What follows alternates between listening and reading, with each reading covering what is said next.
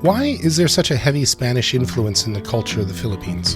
And how has that influence become ingrained in the fabric of the modern-day Filipino?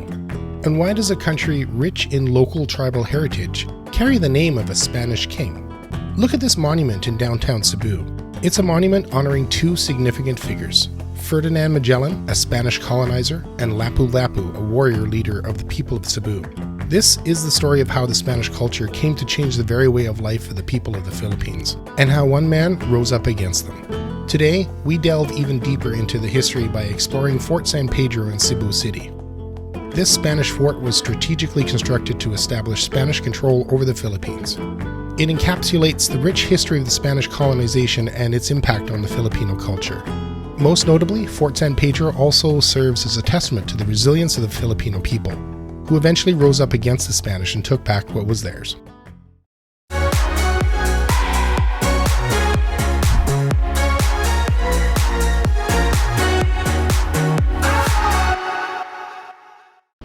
So our first stop was the Heritage House, and then the second stop we went to the Cebu Heritage Monument. They gave a history of the Spanish influence in the Philippines here. And today we're at San Pedro Fort, and wow, this place is amazing. And we just got an amazing tour of the entire place. We just wanted to give you kind of a quick overview of this incredibly old structure. Essentially, this was a fort built by the Spanish to defend themselves against invaders and, to a certain degree, defend themselves against the Filipinos too, because they were a conquering nation. They weren't necessarily here on friendly business. They were here to import spices to Spain from the Philippines here. But amazing structure and amazing history here in Cebu City. Hi everyone, my name is Almira and I'm your tour guide for today. So let's start. I introduce to you Emmanuel F. Pañaras, a Cebuano artist who paint all of this painting inside this gallery. And at the age of 3, he started to paint. And he's still alive until now, living here in Cebu. Really? Yes, at the age of 76. Nice. Yeah, so these are the paintings of Emmanuel F. Pañaras. This one is Fernando Magallanes, also known as Ferdinand Magellan, a Portuguese navigator and explorer from Spain. And he's the one who introduced Christianity here in the Philippines. And this one is King of Mactan, Lapulapu. Mactan is a place here in Cebu. Yes. And he's the one who resisted the offer of Ferdinand Magellan friendship, because this man is a Muslim and this man is the one who introduced Christianity here in the Philippines. Wow. And he thought that Ferdinand Magellan will colonize the Philippines, but he just really want to go to Spice Island. He just accidentally discovered Sugbo or Cebu, because Spice Island is located in Indonesia, not here in the Philippines. And that one down there looks a little bit graphic. What's that one? Battle of Mactan. April 27, 1521, the Battle of Mactan happened, where Lapu-Lapu won against Ferdinand Magellan. But there's a theory that Lapu-Lapu is not really the one who killed Ferdinand Magellan, but one of the Filipino soldier of Lapu-Lapu. He's the leader, so the credits is on him. Ah. Yes. And so he got the credit for the kill. Yeah. And Ferdinand Magellan died because of the 3 arrows with poisons on his legs. Oh, That okay. one. Yeah, you know what? I didn't even notice that until you pointed that out. Yeah, there they are. Yeah, so this triangular tattoo of Lapu-Lapu, and this one also, the King of Cebu, symbolizes how many people you killed. This one. Oh, really? Yeah. There's a lot of triangular I was just going to tattoos. say, that's a lot of Yes. triangles. And this straight line Yeah. symbolizes how beautiful you are. Okay, Yeah. cool. This man is King of Cebu. The name of this man is Raja Humabon. And this one is Hara Humamay Amihan, the wife of Raja Humabon and the Queen of Cebu. And also the holy image of Santo Niño. Santo Niño is a gift by Ferdinand Magellan to Raja Humabon and Queen of Cebu, symbolizes peace and birth of Christianity here in the Philippines. Wow. And this one is the blood compact of Ferdinand Magellan and Raja Humabon. And this one holding a pen is Antonio Pigafetta, the eyewitness and the writer of Ferdinand Magellan. And without Antonio Pigafetta, the history of Lapu-Lapu and Ferdinand Magellan will be unknown. And this one is Enrique de Malacca.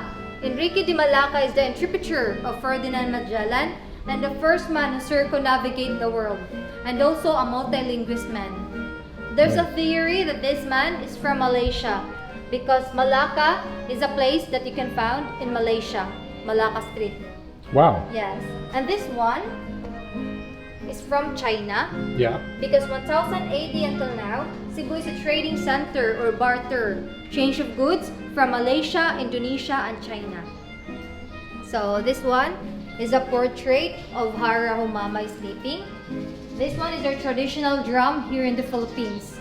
Every January 15, we celebrate the famous festival here in Cebu named Sinulog Festival. And we use this one, the drum here. Cool. And this one is King of Mandaue. Mandaue is a place here in Cebu also. And this one is Hara Humamay Amihan.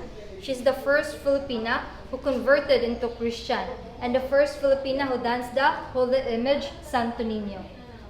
Yeah, we worship this one by dancing here in Cebu. Like for example, holding the Santo Niño, 1 step forward and 3 step backward.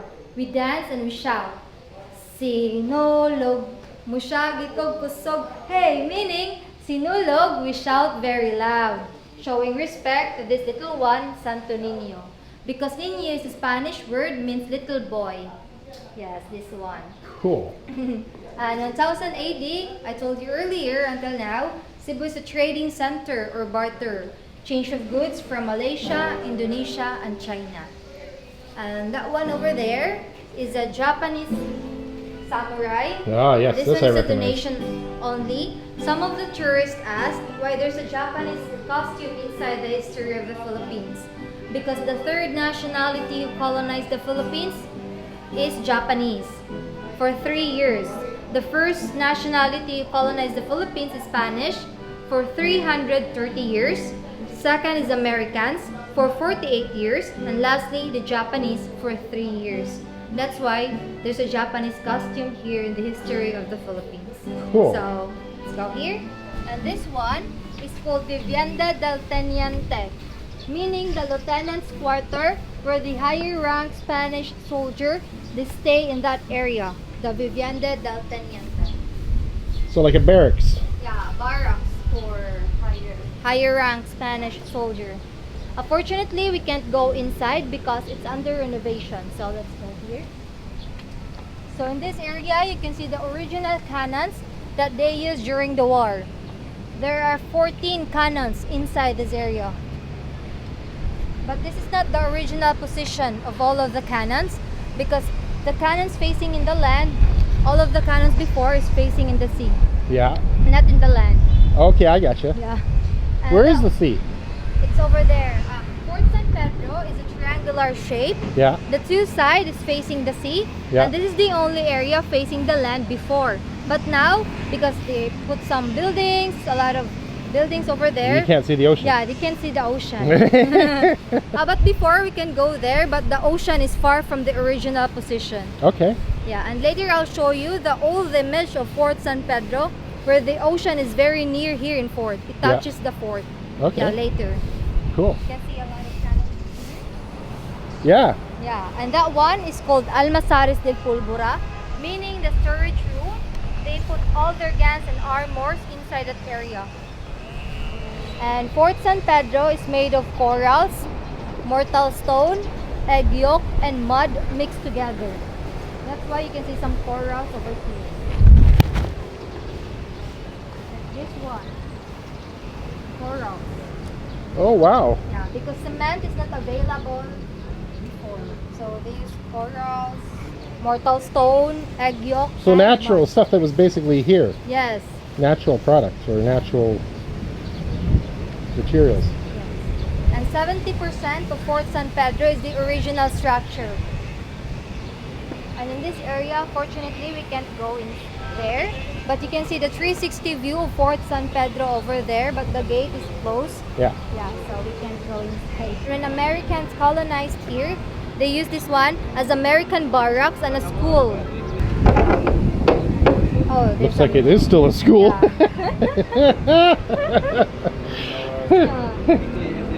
This one is a school before because Americans is the one who educate the Filipino people Yeah. in this area. And the first teacher, English teacher, is called Tomasites. see a lot of corals over here. Yeah, this is beautiful. This is what I told you earlier, that Fort San Pedro is a triangular shape. Yeah, okay, I see it now. Triangular shape. The two sides facing the sea. Yeah. And this is the only area facing the land before. Okay. Yeah. And in that area you can see the watchtower, Yeah. the storage room, and some of the cannons. Battle of Mactan happened. On the ocean. Yeah, Mactan. Yeah. Battle of Mactan happened where Lapulapu and Ferdinand Magellan fight. Yeah, Wow. over there. And the first name of Mactan is Matam. Matam. Matam. What Yeah, does you that can- mean named after? A place, Mactan. Oh, okay, I Yeah, gotcha. place. You can see some of the cannons also, the storage room. And this one is the independence of the Philippines from the Spanish colonization. We are free from the colonization from Spain in the year 1898. And this one is the 100 years of celebration of the independence. And this is what I told you earlier, that Fort San Pedro is very near in ocean. It touches the fort. And, Oh, I yeah. see, yeah. And when it's high tide, some of the Filipino people drown because they don't know how to swim. And Fort San Pedro is also an animal zoo. They put a lot of zoo here. Way back 1957, a government offices from 1978 to 1993, and now a national shrine and tourist attraction. And this is another image of Fort San Pedro way back 1920. It's the first image of Fort San Pedro made of wood. They built Fort San Pedro on May 8, 1565. This one.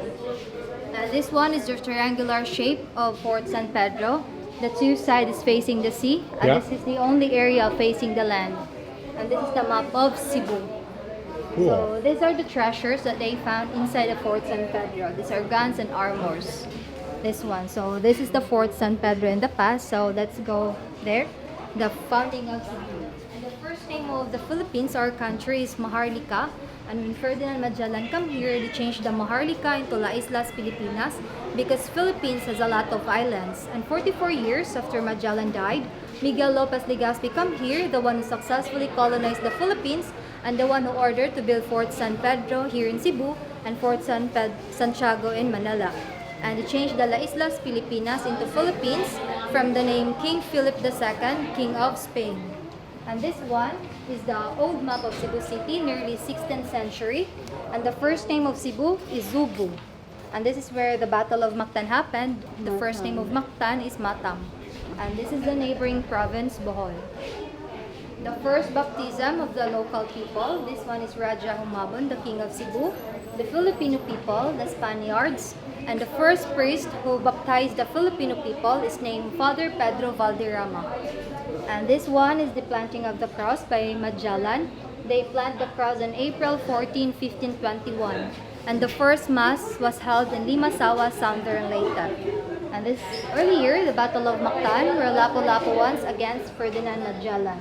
So these are the galleons of Ferdinand Magellan, the Trinidad, Concepcion, and Victoria. Victoria is the only successful galleon sent back to Spain. And this small boat is called Caracao here in the Philippines. And 44 years after Magellan died, Miguel Lopez Legazpi come here and successfully colonized the Philippines. And this area now is the Basilica de Santo Niño, where you can find the Holy Image Santo Niño, the original one. And burning the houses of the Filipino people because they don't want to convert into Christian at that time. And one of the Spanish soldier, Juan Camos, found the Holy Image Santo Niño inside the burning houses. Yeah, Wow, and still in good condition. That's why it's a miracle, miraculous Santo Niño. Wow. That until now, Filipino people worshipping that one here in Cebu, here in the Philippines also. And this one is the acceptance of Christianity here in the Philippines. And the first procession of the Holy Image Santo Niño. And Lapu-Lapu vanished after he killed Ferdinand Magellan. He vanished with his 6 wives and 11 children. That's why the only information about Lapu-Lapu is he's the one who killed Ferdinand Magellan, nothing else. Yes po. And I think that's all. That's the history of Fort San Pedro. I Wow. hope you gain some knowledge and have a nice day. Yeah, thank you. Yes po. Thank you so much. Thank you po.